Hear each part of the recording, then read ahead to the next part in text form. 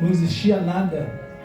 Aí a palavra de Deus diz que no princípio a terra não existia, era só água e o Espírito de Deus parava sobre a face das águas. Mas estava no coração de Deus criar um homem. Louvado seja Deus. E nós vemos que Deus então ele cria o homem e ele faz então a separação de água e terra. Estou resumindo, para colocar o homem, para que ali ele venha arar a terra e para que ele glorifique o nome do Senhor. A criação do homem foi somente para glorificar a Deus, para alegrar o coração do Senhor. Portanto, quando nós observamos a Bíblia e vemos Deus visitando o jardim, Deus toda manhã visitava Adão no jardim. Louvado seja Deus, onde ele tinha colocado o homem. E Deus se alegrava muito, mas teve um dia que Deus ficou triste, porque ele chega no jardim e não encontra o homem. O homem estava escondido porque o homem pecou. O homem tinha pecado porque desobedeceu a ordem do Senhor. Louvado seja Deus. Mas nós vemos que na criação, o Pai, Filho e o Espírito Santo, eles criaram o ser humano. Eu creio que se Deus formasse o ser humano sozinho, ele tinha destruído tudo. Mas ali estava o Pai, o Filho e o Espírito Santo. E Jesus intercedeu por nós. E nós vemos então, desde o início de Gênesis, Apocalipse, a palavra sendo manifestada através dos profetas, dos apóstolos, dos sacerdotes. Louvado seja Deus. E no princípio era só palavra. A gente vê que quando Abraão ele surge, ele ali representava Deus. Abraão estava com a tua parentela e Deus pede que Abraão saia do meio da parentela para um lugar, por uma terra que ele mostraria. Abraão então sai dessa terra. E quando Abraão ele está com a sua esposa Sara, Sara estéril, não tinha filho. E Abraão se entristecia. Sara mais triste ainda porque era estéril e não podia ter filho. E toda mulher que não tinha filho era amaldiçoada. E ela se achava amaldiçoada. Mas muitas vezes nós não sabemos o plano de Deus. Deus tem um plano na sua vida. Louvado seja Deus. Você não existe por acaso. Deus te criou porque Ele quer que você faça alguma coisa para Ele. Não é em vão nós estarmos perto do Senhor. Então, quando Abraão ele está na terra e ele sai para uma terra que ele não conhece, e ele sai, não tinha filho. E ali Sara pega a sua concubina e fala: deita com meu esposo, para que nós tenhamos gerações, tenhamos filho. E assim acontece, e a Sara agora tem um filho chamado Ismael. Mas então não é o filho que não é da promessa, não é o filho que Deus almejaria para Abraão. Não. Louvado seja Deus. E quando Ismael cresce, o amor de Abraão não era com Ismael da forma que Deus queria, porque não era dos planos de Deus. E agora Abraão está numa tenda e ele agora é visitado por 3 homens. 3 seres visitam Abraão. E ali fala para ele: olha, se vocês vão ter um filho, Abraão já com 100 anos de idade, já idoso, e Sara também, já na sua velhice. Para ela não tinha mais, achava que não tinha mais jeito.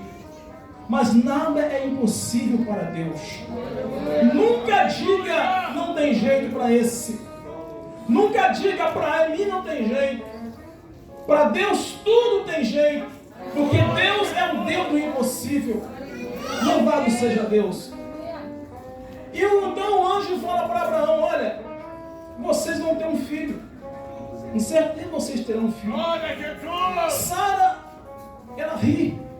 dentro da tenda ela ri, porque pela situação que ela tinha passado a idade das mulheres ter filho. Aleluia. E foi onde o anjo perguntou: há alguma coisa difícil para Deus? Né? Nada é impossível para Deus. Glória a Deus, aleluia. E em tempo determinado eles tiveram um filho, e esse filho foi um filho da promessa, foi Isaac. Louvado seja Deus. Abraão amou Isaac de uma maneira tremenda. Ele dava toda atenção para Isaac, e Deus observava essa atenção que Deus dava para Isaac. E Deus então agora fala para Abraão: Abraão, eu vejo que você é muito feliz, né, com este filho Isaac. Eu quero que você me faça um sacrifício. E Abraão, satisfeito, porque está acostumado a fazer sacrifício, né, fazer um holocausto para o Senhor. E Abraão então, ele pega, e Deus fala para Abraão: só que esse sacrifício, eu quero que você sacrifique o teu filho Isaac, o teu único filho. E Abraão então se entristece muito, pensativo, mas eu tenho que fazer. Colocou no coração: se Deus me deu, se Ele quer tomar, seja a vontade dele. Então Abraão, ele leva o teu filho para ser sacrificado em Monte Moriá.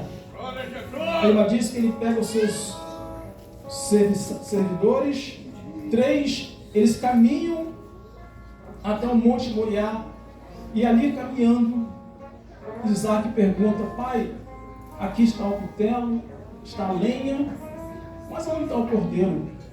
Abraão fala: Deus proverá para si o cordeiro. Louvado seja Deus. Não se preocupe, irmãos. Entrega nas mãos do Senhor, confia nele, porque o mais ele fará por você. Louvado seja Deus. E agora eles estão lá em cima, no cume do monte. Abraão prepara tudo, Isaac só observando. E quando Abraão pega o menino, deita ele, e ele em silêncio, calado. Isso como que Isaías falou lá atrás, né? Ele não abriu a sua boca, como cordeiro mudo, né, diante dos teus tosqueadores. Ele não abriu a sua boca, permaneceu calado, porque ele representava esse verbo aqui. E agora ele é deitado ali.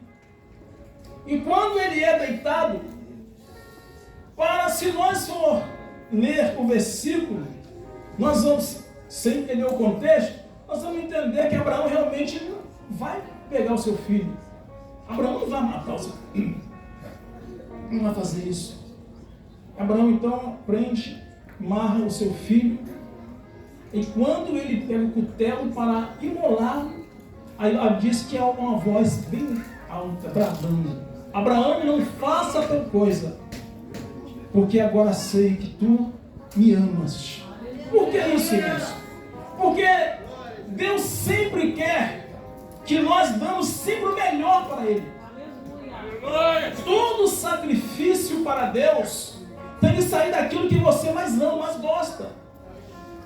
E Deus quis mostrar para Abraão, né, se realmente Abraão o amava mais do que o seu filho. Porque a palavra de Deus diz: se nós amarmos, né, o nosso pai, a nossa mãe mais do que a Deus, louvado seja Deus, nós não somos servidor. Não servimos ao Senhor como devemos servir. Porque a Deus, em primeiro lugar, amar a Deus sobre todas as coisas é o primeiro mandamento. Louvado seja o nome do Senhor. E ali, quando Isaac está amarrado, que Abraão vai pulá-lo, que Deus brada que não faça tal coisa, depois aparece um cordeiro que vai ser sacrificado no lugar de Isaac. Louvado seja Deus. Ali nós vemos que Jesus, ele já vinha sendo representado desde o Antigo Testamento.